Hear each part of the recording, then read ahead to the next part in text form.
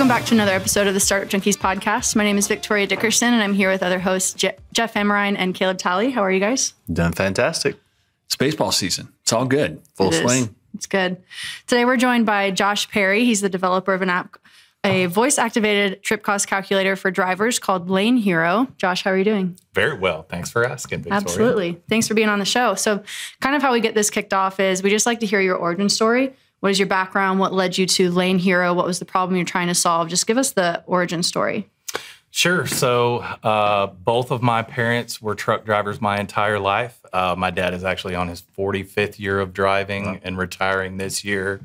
And my mom drove for 26 years before she passed away. And I have ran a brokerage for almost a decade now, as far as a freight brokerage here in Northwest Arkansas. And I kept running into trucking companies going out of business.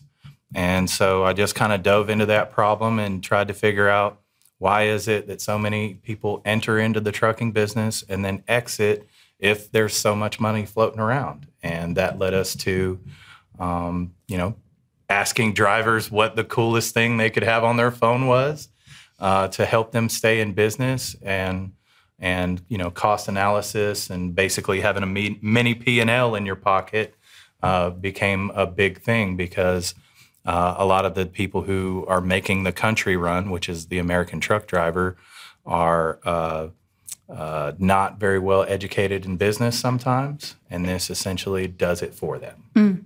That's awesome. I love how you started with customer discovery, that you knew you want to have a problem, but you wanted to just first find out what are your customers' pain points. I thought that was really cool. Yeah. Well, you don't know until you know. Yeah, So. Absolutely. What's that typical sales process look like? How do you get it in the hands of the drivers? So we do a lot of social media advertising, and we're actually just starting a big major marketing push. Mm-hmm. We focused on, for the past 2 years, we focused on the development aspect and making it work the way it needs to work, to really be the tool that it should be. But a lot of it's word of mouth too. Mm-hmm. A lot of it is, I also run the freight brokerage, so we're in constant communication with different drivers. And, when they ask us, well, how much are you paying? We say, well, do you not know your cost? And that leads to a conversation about them downloading Lane Hero for the 7-day free trial. Gotcha. Automatically having that information and then being able to utilize that with other brokerage and carrier interaction conversations. Is it a subscription model? Where they're paying, a subscription model. So it's like a monthly subscription for them to use it? $20 a month to use it. And what we've seen from other users is that they typically either make that back or have a savings attached to that within the first 1 or 2 loads. Mm-hmm. And, the thing that's interesting, a lot of people don't know about the trucking business is average age of a truck driver is middle 50s. Yeah. Not a lot of young people going into that business. Lots of discussion about hours of service and all the issues associated with what they have to do. It's just a hard business to do well at and very physically taxing as well. So anything you can do like this to make it easier or take away some of that administrative burden seems like it'd be a good idea. Yeah, and what we found a lot of is that, on drivers' 36-hour resets, instead of utilizing that time like the FMSCA intended it to be used, which is resting and, enjoying their family and doing all that stuff, they actually were going through deep accounting processes and spending 10 or 12 hours on accounting processes during their break. Not actually getting a rest. Yeah. So they're not getting any rest. It's something they don't want to do really anyway. And our application does not only the cost of that particular trip, but it also records the IFTA tax record. And so we've been able to take IFTA out of the equation of, tasks that a driver has to do after driving 3,000 or 4,000 miles a week, right? Right. Your ideal customer profile would be that independent operator, independent owner, or maybe an owner that's got a small fleet. Is that ideal? Owner operators, small fleet owners, as well as dispatchers and dispatch services, all can benefit from the solution of knowing exactly how much it costs to go from point A to point B. And if you're a bigger player like JB Hunt, what's their attitude going to be about this solution being out there? How do you think how do they respond to it? There's mixed attitudes about it. Some of it is kind of, wow, that's great, and we love that technology. And some of that is they want everybody to use their own technology. Gotcha. Right? Gotcha. But at the end of the day, for the individual driver and the owner-operator model, which is 78% of the entire freight movement in the United States, it provides such a value and eliminates such a burden of time on the accounting side and on the cost analysis side that other people's opinions aren't very valid. Yeah, as long as you're serving them right, and they like the utility of it. That's for sure. We're very specific in who we serve, I guess. That's the best way to put it. That's great. And Josh, tell us a little bit about your background. How'd you get here? How'd you get to this point? The son of drivers, how did you go? Did you ever think that you were going to be a driver too? If mom and dad are both doing it, how did you get where you are right now? So I was the black sheep of my family, and I chose a very hard path that I do not recommend to anybody. I grew up in a really small town, and I wanted to get away from said small town. Mount Ida, Arkansas, actually, is where it's at. And Mount Ida. I ended up moving to the neighboring town of Hot Springs, where there's a lot of crime and a lot of stuff like that, and involved myself in some things that probably had no place being involved in, and avoided the trucking industry my whole life because it was all that I had heard, at the dinner table my whole life. And I spent over a decade in the home improvements industry and kind of got my sales chops up there and traveling all across the United States as a traveling salesperson in home. And then I had somebody owe me a whole bunch of money at one point, and I decided to change fields into trucking again about 10 years ago, and I just fell in love with it, man. And the service aspect of trucking is what I'm really attached to on both the customer side and on the driver side in brokerage, because if you focus on the people in a business or that are making your business run, whatever case may be, you get so much additional benefit over the dollars that I just became really attached to that, right? And so that's the feeling that I pursue. And I have multiple businesses and stuff doing pretty much that same thing in different regards and respects. And I'm sure that sales background kind of helped you out in that process too. Very much so. Now, yeah. I would go so far as to say that one of my original mentors who has won the Torch Award for the state of Arkansas multiple times is probably the number one reason that I am where I am today, and that he took a chance on me and stuck with me through all the stupid stuff that I did to continue to educate me on how to not only be a great salesperson, but back all that up too, right? Because you can be a great salesperson and not back it up, and you're not a very good human being in most cases, right? Or you're selling the wrong thing, right? Keep talking about that. What does it take to be a great salesperson and also be a great human being? You've got a lot of experience. Talk about how those two things align. So being a great salesperson is more to me about tactics and having a firm belief in what you're doing, right? Like if you don't believe in what you're selling, you can't sell it, not effectively anyway. And then as far as doing it ethically, be about what you're talking about, right? Is the simplest way to put it. Or, I also say, and I'll say this in Lane Hero and in my freight brokerage business, is that we are not only just talking the talk, we want the opportunity to walk the walk too. So that's why the 7-day free trial is in place, because we want people to see what the solution is we built, use it, make the money off of it already or save the money, whichever the case may be, and then take a step forward with this and stepping out in faith that we're going to be able to continue to do that, and that we're going to continue to provide great services for our users and for our customers. Talk a little bit more about what the app interface looks like, what it does. We met a few weeks ago and you told me a personal story about how it was successful. And I want you to share that because I was very amazed how you got the numbers down so specifically. So talk a little bit more about the app.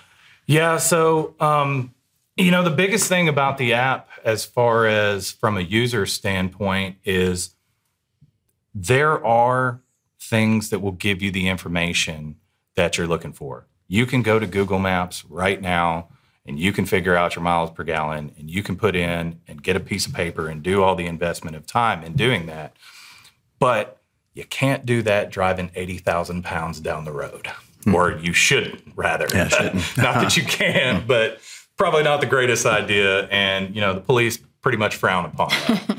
So what we designed it to do is with two simple buttons, the click of two simple buttons, you can speak into your phone and it will tell you exactly what the cost is in whatever vehicle you put in there.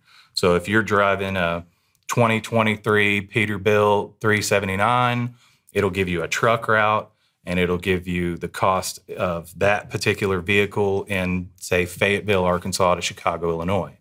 If you're driving a Prius, it will also give you that information very quickly and accurately.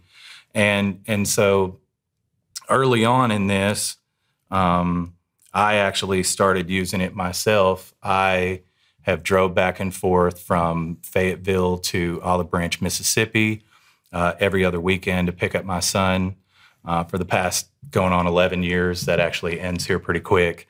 And used Lane Hero to get within $1 accuracy of that trip on a regular recorded weekly basis, because it's also taking the current fuel from this week to log that. So I'm a personal testament to my own app and have used it to manage a very very budget sensitive item is what I'm going to call it. And so, the utility of being able to use it in the vehicle is essentially its biggest thing, right? Because, these truck drivers are living 70 hours a week in their truck. And, most of them don't want to pull out their laptop on the side of the road to figure out, how much it's going to cost from point A to point B or to bid a load for another broker. Absolutely. How did you get the application built? So you're running the freight brokerage and you're seeing this gap and you're understanding this pain, but I assume you're not a software developer. I am not a software developer. So talk about or a tech guy at all, for that matter, to a certain extent. I actually think that's kind of instructive because operators and people that experience the problem a lot of times have the vision to see exactly what needs to be solved. The difficulty is they need the software folks that they need to be able to transfer in order for them to build something that's got the utility that you want. Talk about that process a little bit. So that was a very challenging part of building the business, actually. And thanks for bringing it up, Jeff, because, I just want to tell everybody out there that you can build an app and you can make whatever your dream is happen. It is doable.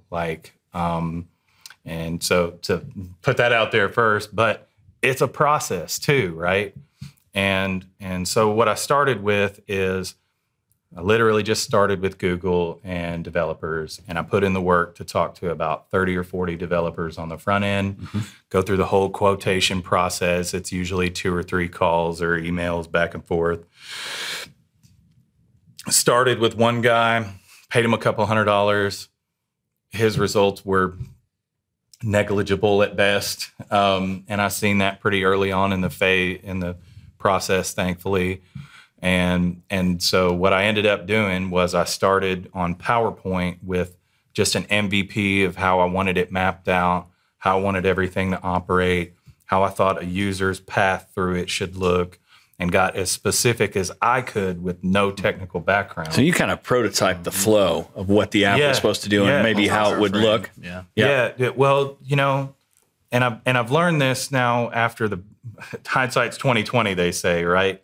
The clearer that you have that vision up front is the better result that you're going to get on the back end. So if you invest the time into making a presentation, walking through in your mind even what a person is going to experience going through your app, and that track of initial contact with a potential lead all the way to super satisfied customer that will love you forever and be fanatical about your company, and you map out all those processes, well, now it's very easy for a developer to create your vision, right?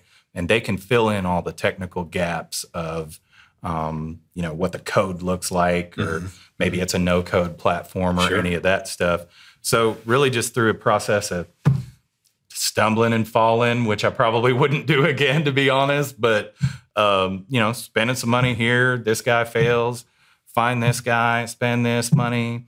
I joined a couple different networking groups to try to get a little bit more granular on who I was looking for. And I actually found a guy who, my developer, StarNet Solutions, started the VIN lookup program. And so the VIN lookup that we have in Lane Hero today is actually something he created very early on. And with his experience of the VIN lookup, it wasn't very difficult for him to fill in the other gaps of everything else that we needed to do once he understood how our user thinks, right? Right. And he's even said on several occasions, I couldn't do what you've done here, Josh, because you have the perspective of who is actually using this. Right. And I don't know anything about trucking. I know about software development, right?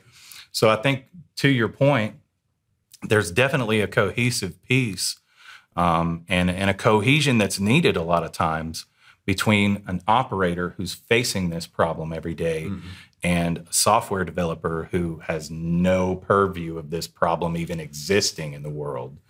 And if you can combine those things, you can, number one, solve a lot of people's problems, and number two, you're likely going to make a lot of money doing it. So great question.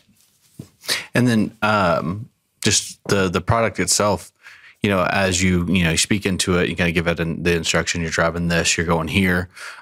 What all is it calculating within the app? So, for example, if you're going, somewhere around the Ozarks, and you're hauling stuff, I have to think that, you're going to have a different fuel consumption than if you're in the Prius and you're going, across the plains. So how does it calculate those elements? So we have a fantastic map provider that all that stuff has some artificial intelligence behind it to determine different topographies, different routes, different, we utilize the vehicle type as well as the fuel type in different situations to calculate that. We have plans, and it's on our Gantt development chart for weight as well, where, obviously a 45,000 pound load in a dry van is going to have a little bit different fuel consumption than, say, an empty flatbed driving in the same terrain. We also have plans to look at how different weather and stuff affects things, and have that all listed in. Again, our map provider is phenomenal, and their AI that they use on the back end not only accounts for those things, but there's also instances that it doesn't account for until it learns. And so it's got machine learning in it as well, where if you're driving a 80,000 pound tractor trailer load up this hill and it's barely making it up the hill every time, well, you may decide to take the alternate route 2 miles down the road or whatever. And it will actually, if you've taken that route a couple times, it will take you to that route now instead of up the hill. So as we get more users on the platform, it will ultimately, where it's going to be is it'll be the most intelligent truck routing platform in the world. We're not limited to U.S. geography.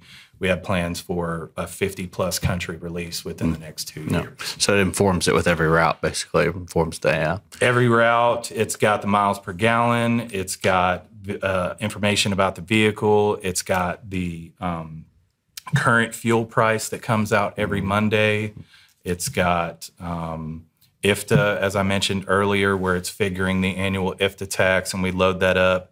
You can also and we're a couple days away actually from releasing this feature. You can download or have it email you all the IFTA records where you can pay your IFTA tax quarterly, which you have to do as a commercial driver. What's IFTA for those that aren't? Yeah, so IFTA is a road tax that you have to pay as a commercial driver. It's different for each state. So it's a very clunky process because it's this ugly spreadsheet that's just full of, cents per mile and all this other stuff that talks about your fuel usage and mileage in that state. Okay. And it's part of that tax is part of what they're supposed to use to maintain the roads. It absolutely right? is Yeah, that's what it. they're supposed to use to maintain it. But sometimes. Supposed to. Sometimes. Being the operative word They there. don't, right? Sometimes it gets I sucked think off. we've all hit a pothole at some point and thought, man, I wish they were spending more of that IFTA tax. Yeah, especially Exactly. once you get on those interchanges going to, I'm sure you experienced those interchanges past Memphis like you're going east. It's You mean nightmarish over there. the largest area of commercial truck traffic in the United States? Where you're driving around like on the interstate. So does it inform it if I'm in a Prius and I tell it that I'm going to drive 2 feet from the bumper of an 18-wheeler to get in that kind of airstream? Will it kind of save? Tell me how much Those gas are features mileage. we don't have in. Yeah, I mean, it's not Red Bull and it won't give you wings. You might save some MPG on that, Yeah. but your insurance carrier is going to raise your rates a lot. Yeah, Just don't share that data. yeah, and our accuracy will only increase as we gain more users and there's more machine learning and AI that's done on the back end. And look, it's particularly good time right now because let's face it, we're in a recession. There's everybody's budget's getting a little bit tighter, and being able to know exactly how much something costs before you hop in the car to go do it, whatever that may be, like whether it's hauling a D8 dozer across the country with a permit, or it's hauling your kids to the soccer game. It's agnostic as far as that goes, and we'll figure any of those things. You tee up a good point too. As people kind of are monitoring their budgets more, you get the sense that in times like this, people are more likely to take the family on a road trip versus that European vacation or whatever else. And as such, since it does apply to any vehicle and doesn't necessarily have to be to just truck drivers. Where does that piece fall in your marketing as far as I know you're marketing to drivers, professional drivers, but where does that piece fall into your marketing for, the road trips and the family vacations and that piece, given that this is kind of a timely, opportunity for that? Excellent question. And it's something we've definitely considered, and put a lot of thought into. So trucking is really just our beachhead strategy at the end of the day. It's where we know that we can literally affect the largest precursor to the U.S. economy by hitting trucking first. And then the rest of the strategy is to go to companies like we're in talks with some of the people at Outdoorsy. We're in talk with other major brokerages. I actually have another business that's a travel and entertainment company, and we're talking to people through that. So there's a lot of different channels to do it, and if you can trust anybody with your road trip information, why wouldn't you trust a truck driver, right? Yeah. And so it's a branding strategy as much as it is a beachhead strategy in that regard, because this guy that maintains this 2023 Peterbilt or the 1990 Peterbilt he's been maintaining for years, right? Is going to be the guy you want to talk to about driving across the country. And I could see there even being potentially strategic partnerships with AAA and entities like that. They kind of monitor, they come out with how many people they expect to be on the road for holidays and gas prices and that sort of thing. It could seem like almost a seamless. Definitely. Yeah. We're already in talks with the Arkansas Trucking Association about a channel partnership, as well as our Tex Truck Center out of Texarkana. Cool. And then we're also attending the Route 66 Fest in Tulsa coming up. And, a lot of that stuff is very travel related. And if you go look at our branding, we're we're very close to the Route 66. And that, look, it's that nostalgia going back to what you were saying, Jeff.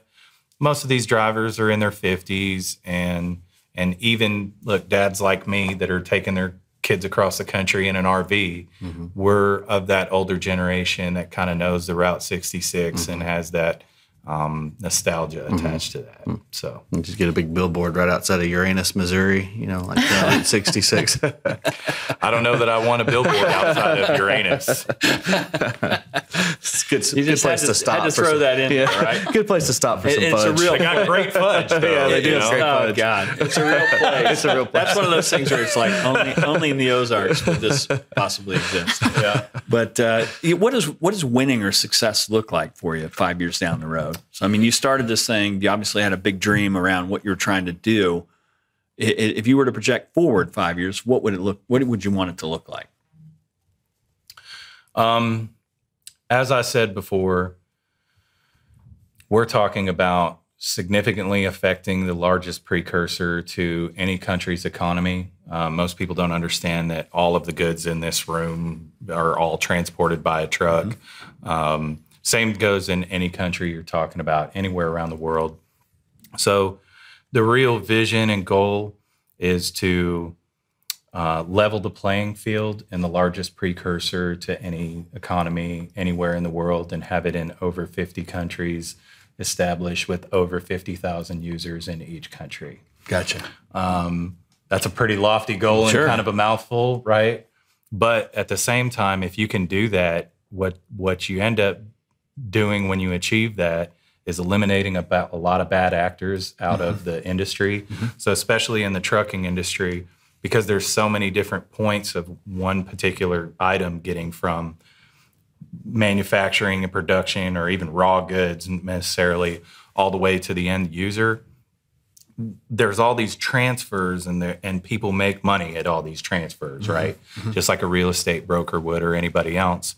Unfortunately, the reality is that there's some bad actors, and there's quite a few bad actors in the chain of that process.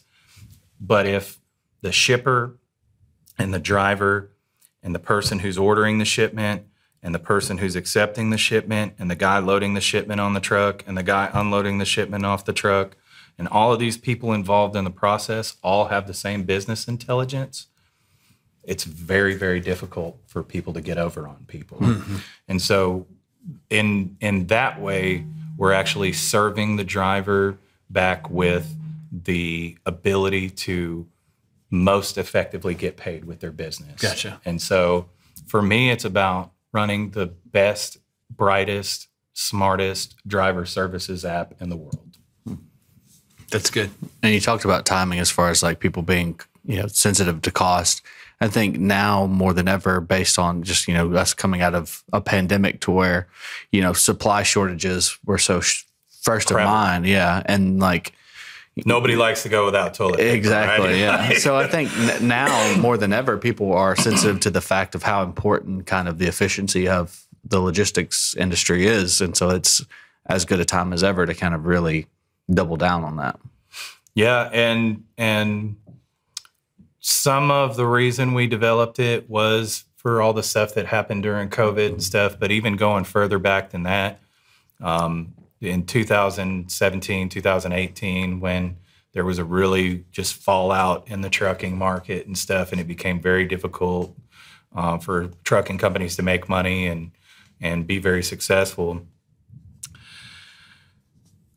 It was needed then, honestly. And if I could have waved a magic wand and made it happen at that point, like I would have been tickled pink to do so. But if you're building something like this and you have the bigger aspirations of making it the best, like you got to put the time in, you got to put the hours in, you got to be although it's not tenure, me and my buddies joke that it's the 10-year overnight success model, right? Everybody looks at you when you're at the top and says, oh my God, he's Elon Musk or whatever, right? Not knowing that Elon Musk has slept in a $40,000 house outside of his spaceport for like 4 years or something, building SpaceX, right? And so, not that I, live in a shack anymore in particular, right? But you know, it takes sacrifice. It takes putting the time in. I've sacrificed a lot of hours of time I could have been spending with my family in order to help families all across the world get more time with their dad or their mom or whoever that's out there driving a truck. One of the ways we like to land the plane, or I should say, Park the truck. Park the truck safely, is we ask you to think about if you had a time machine and you could take all this accumulated wisdom that you have now and go back in time 10 years, you know, when you were maybe beginning part of this journey, what advice would you give your younger self? Oh man. How big can we make this scroll? Because like, look, I'm gonna start by saying this, that I come from a really rough background, and I have made a lot of mistakes through my career, and probably burn a lot of bridges that I shouldn't have, by focusing on what other people defined as success.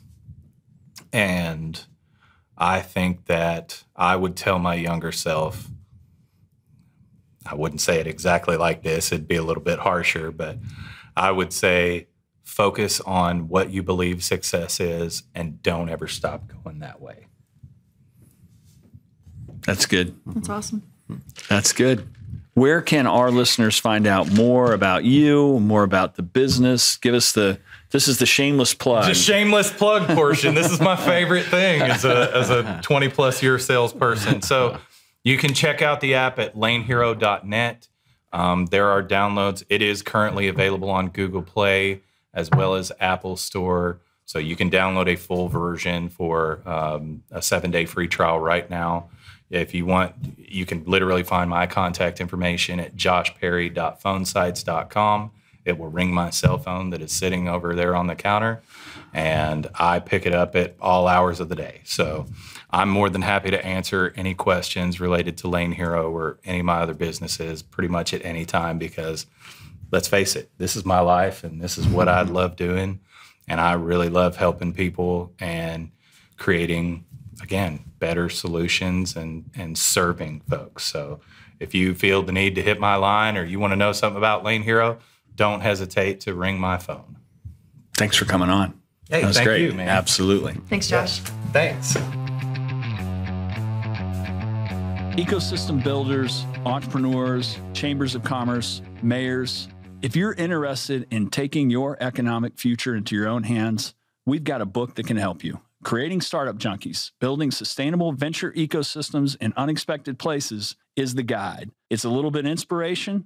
It's a little bit toolkit. What it will allow you to do is take your economic future into your own hands and build a sustainable small business, innovation, and entrepreneurial ecosystem in your backyard. If you'd like to hear more, check out creatingstartupjunkies.com. The Startup Junkie podcast reaches over 100 countries and has had over 100,000 downloads. If you're interested in reaching some of the most motivated and engaged innovators and entrepreneurs on a worldwide basis, give us a shout.